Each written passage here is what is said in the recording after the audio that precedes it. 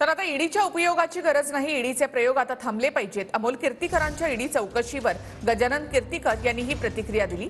अमोल आणि सूरज यांच्यावर घोटाळ्याचे आरोप होतात याचा राग येतो. अमोल कीर्तीकर आणि सूरज चव्हाणांवरील आरोपांवर गजानन कीर्तीकर यांनी हे स्पष्टीकरण दिलं.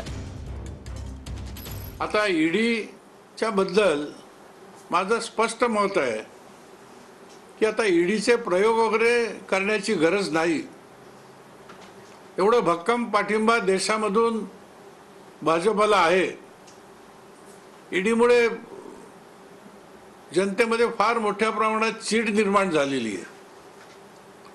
लोक या ईडीच्या अशा तऱ्हेच्या कारवाईला कंटाळलेले आहेत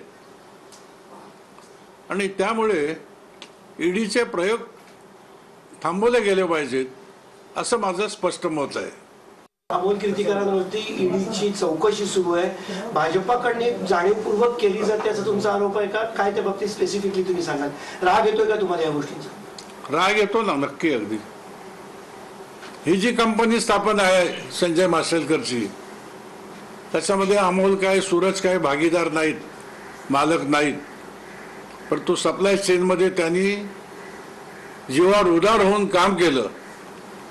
त्या कंपनीला साहजिक तो धंदा होता त्यांचा, त्याला प्रॉफिट झाला आणि प्रॉफिट झाल्यानंतर ज्याला मानधन म्हणतात किंवा रिम्युनरेशन म्हणतात ते अमोलला सूरज चव्हाणला मिळालं.